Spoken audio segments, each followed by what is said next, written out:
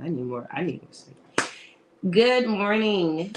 Welcome back to the live stream, everyone. I'm really excited today because I have a special guest again, another WIN speaker, but this time someone who is going to be presenting a panel for the men in our community. Dr. Oliver T. Reid came to us through one of our corporate sponsors, actually. Shout out to Lashana West, and I met him at one of the events. So I cannot wait for you guys to meet him and just to see what he's going to be bringing to the table. So I'll start with introductions. As you all know, I'm Allegra Jackson, the founder of Women into Networking WIN, and we are hosting the Women Empowering Generations Conference 2026 in March next year, March 6th and 7th to be precise. It is going to be one of the most amazing events that I probably have ever been to. And we look forward to having you there because we are bringing all generations of women in one room. And we now have the men at the forefront to support us. Dr. Oliver T. Reid, please introduce yourself. Let everyone know who you are. Oh, Dr. Jackson, listen, I'm super excited to be here. I'm Dr. Oliver T. Reed, uh, and I help entrepreneurs propel them to actually write their story through the art of storytelling and in books. I've published over 61 books and climbing. I have one coming out soon, and just love to document and empower stories specifically in regards to men. I always say that there's two things men should do is write a book and own land, being the owner of their stories and the owner of their territory. So I'm super excited to be a part of this win journey and excited to be here with you today. I'm excited too. Like it really is something special to me because I never knew that this was something we needed, right? To have more men in our community like yourself to just kind of really bring the value add up.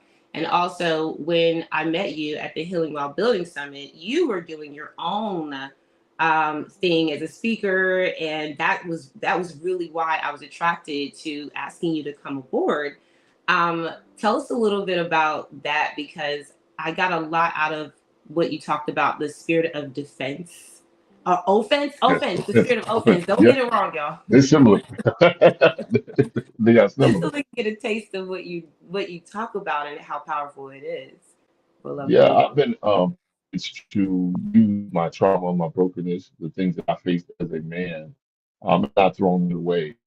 So many times we're taught to get rid of the trash, move forward, heal, get over it, especially men, get over it, get up, don't cry, suck it up. Hey, you're the leader, have all the answers.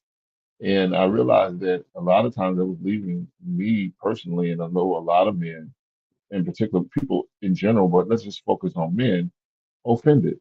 A lot of times we deal with, and I get a lot of women who ask me and have problems in their relationships because they're dating a man that's 40, but he's back at 5 when he was offended or molested or broken. And so you may not even know that you're triggering him because he never tells you. And I know, for example, I come from a strong line of women. My mom was very, very passionate and domineering. She had to be. She had to step into that role. But what that did a lot of times, it turned me off with people, with women who operate in masculine energy, and that's their top, and that's the only way. I do believe that men and women can operate in both energy, female and male. But a lot of times for me, when that masculine energy is so over the top, it pushed me in a cycle of closing down, shut everything off. So when I was at Healing While Building, I was talking about the spirit of offense, how offense is a spirit. It's not just a person that did something to you. It's something that lingers, and I always call it people can be off-ended, which means that you're already off. You already in the conversation. Your body is there, but your mind's not there. You're in the relationship, but you're not relating. A lot of these things, a lot of times, will be a part of somebody's whole trauma. And so I'm super excited. I lead a group of men called He Men. And it's, the greater one inside of us, which is He, greater is He that's in us than He that's in the world. So I'm super excited to formulate these dialogues and have these conversations on both sides.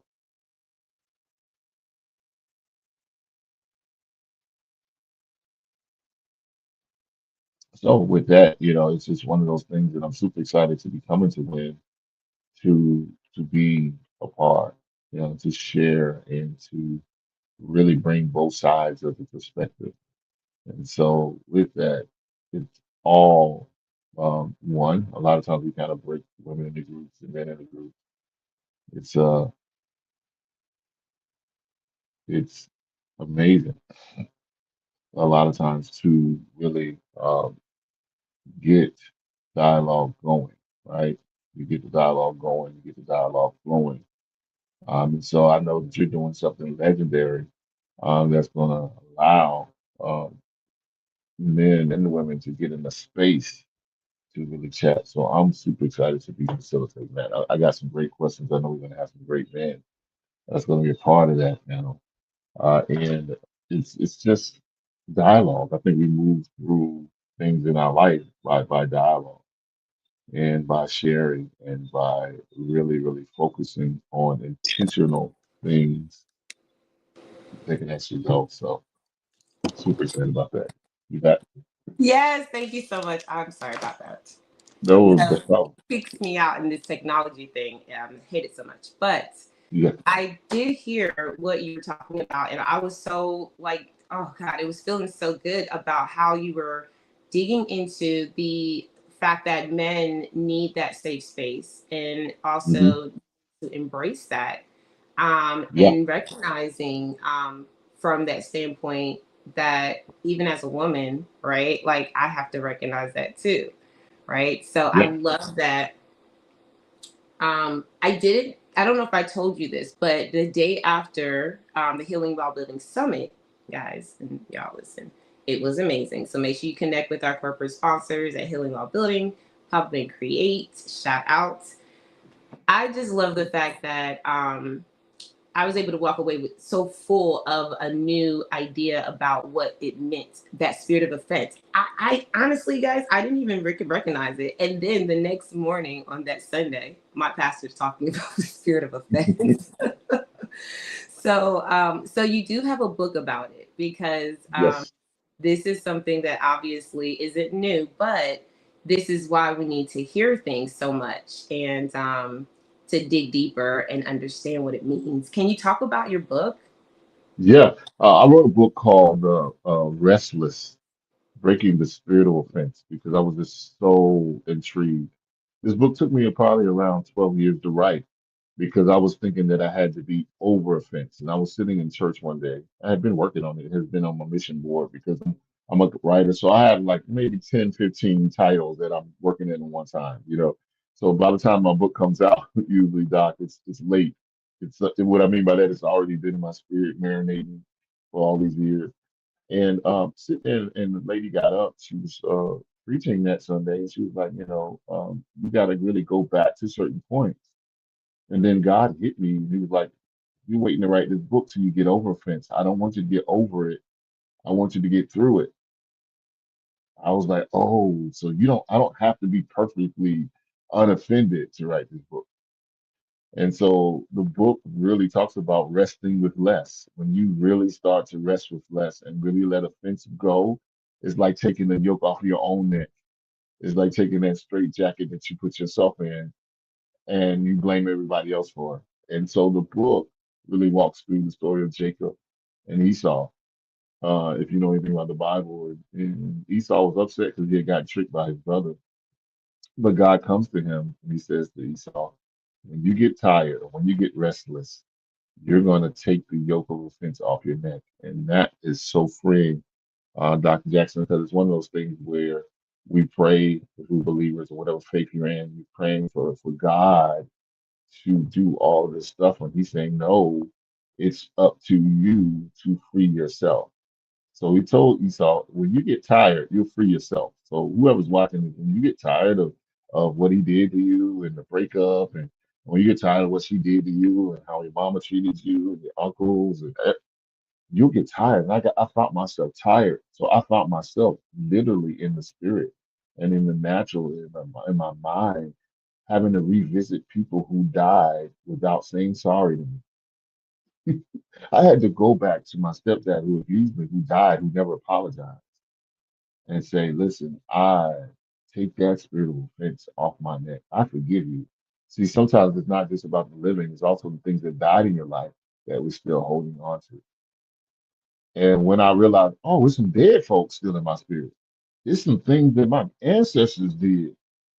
And that's why I love what you're doing. You're bringing generational people to this form, right? So sometimes the healing ain't what you did. You're fighting with great grandmother's trauma. That's why you can't keep a man because grandma was divorced and grandma was by herself and then mom was and auntie was and everybody was. And now you got this strong man who really wants to love you and be able to be there. But you used to being by yourself generationally. You've been turned off. Imagine that generationally. And bro, we trying to be a father we never had. We never had the father. The grandfather was separated. We were brought into certain parts of this world and we were made to be breeders.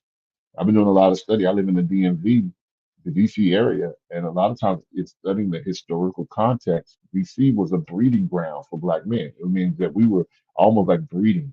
We were all almost like cattle breeding. We were brought into DC or the District of Columbia just to mate and not be a father. Can you imagine we were just there to reproduce? One man may have three or four different women.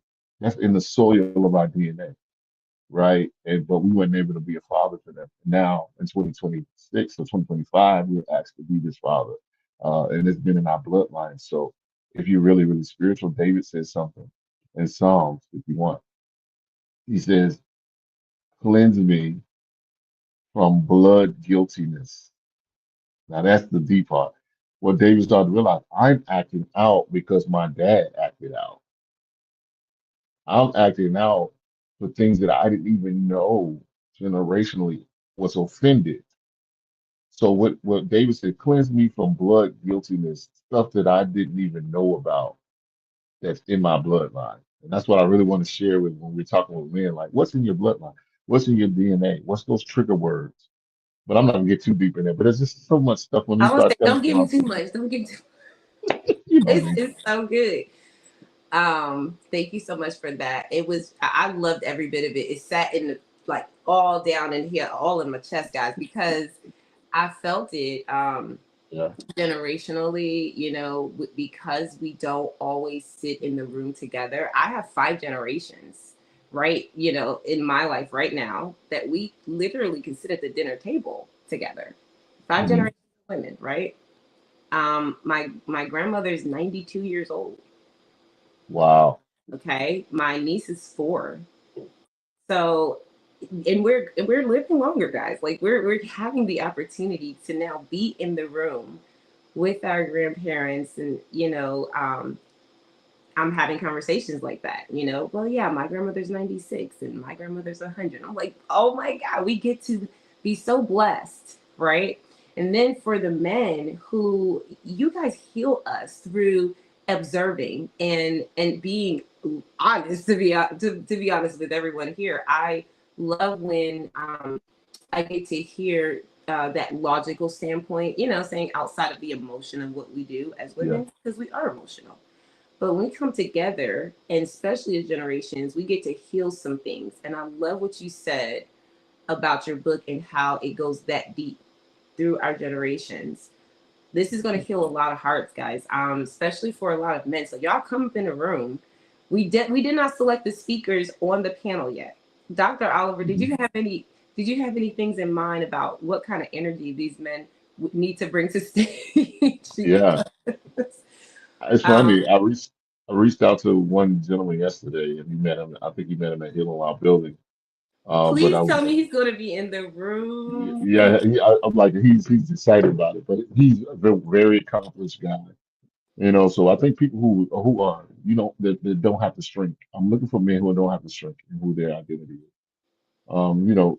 You don't have to shrink. This panel we want a mixture of people. This particular gentleman served in the armed forces. I'm not gonna tell the story at the highest rank, but grew up in a tumultuous time. Who was addicted to substance. So I think having men who have been through something, is going to be about this. This is not the panel for this your success story. This is the place where you can bring your trauma. We can heal openly. I feel like this forum is going to be where we don't have to hide anymore. That we can actually be who we are, not shrink, go through things, talk, chat.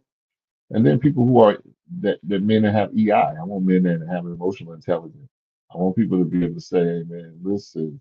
So, I'm thinking about, hey, man, hopefully it may be that therapist who has mastered his own struggles. And then I want that person, man, the incarcerated man. I'm looking for somebody who has spent some time on the other side um, of the track. So it's this well blended Superman that we want that can really bring us through and really talk about angles and dysfunction and disruption and also destiny and overcoming. So I think it's just that well blended soup. You know how I grew up in the South, mom would make that soup and she put all these different things in it. But by the time she got all that stuff in it, it's like, man, this is good. I can't tell you what's in it, but it's good. That's the kind of group I'm looking for. We're gonna marinate this experience. I love it so much. So I'm gonna tune it down because guys, we just want to take a few, a little time today to just really honor our speakers. Dr. Oliver T. Reed, he did not have to take the time out to bless us with all his genius and experience and the overcoming that he has shared with us so far. I also love the fact that we can just be ourselves in the room. So y'all pull Yeah. up, get your tickets to the conference. Yeah. We are almost halfway full. I don't want y'all to Yeah, miss you got out. a few tickets left, right? You got a Um, few left. we have a lot of tickets still left. We have 100 seats, guys. So we are Okay. filling them up. But because we are in a room, like if you guys have been in Modex Studios, it's fully digital and production savvy. They run a lot of TEDx events there. And we had our conference there last year, and we already know the feeling of what it feels like to come into that room together, with just 40 to 50 people. Imagine 150 people, right? We're really excited because the stage is digital. So we're going to be not only creating experiences like the men's panel, where you guys will see the men on stage with Dr. Oliver bringing this fire and also being able to ask the questions and get the experience of what it looks like to really heal in that room together. I also want you guys to experience Dr. Oliver leading up to the conference. Can we talk about your social media? Yeah. I'm at everything Dr. Oliver, put that T, Reid, Reid, on all socials. I'm doing a lot of different things. Like I shared with you, a lot of different things that are coming out this year that I'm super, super excited about that's starting in December. So everything at Dr. Reid on Twitter, on Instagram, on IG, on TikTok. The writing coach, you can definitely do that. And so all things there and all things available to have a dialogue. We also have He-Man for men who are watching this. It's he, like He-Man, the old cartoon, He, and that he is greater is he, the divine that's in us. He-Man movement. So it's amazing to see us doing some things there. We have a lot of stuff planned to build that community and work with women um, in it to win. So I'm excited. So you can find me on all those platforms. And I do want to ask about the whole thing with the barbershop talk because I really enjoy that. Yes, I feel like it is giving, like, okay, we're in the room usually healing in the barbershop. We're going to give y'all a window into what that looks yes, like. Can you just talk yes. about what that is? Yeah, that's gonna be like wait when you pull up on I don't know when we're speaking yet. I mean you got that itinerary because you're so profound and so professional, but I think it's either the sixth or the seventh.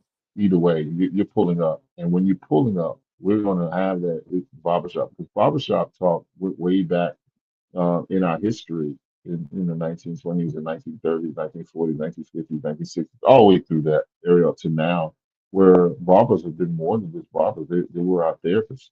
They were, as we said, in those chairs.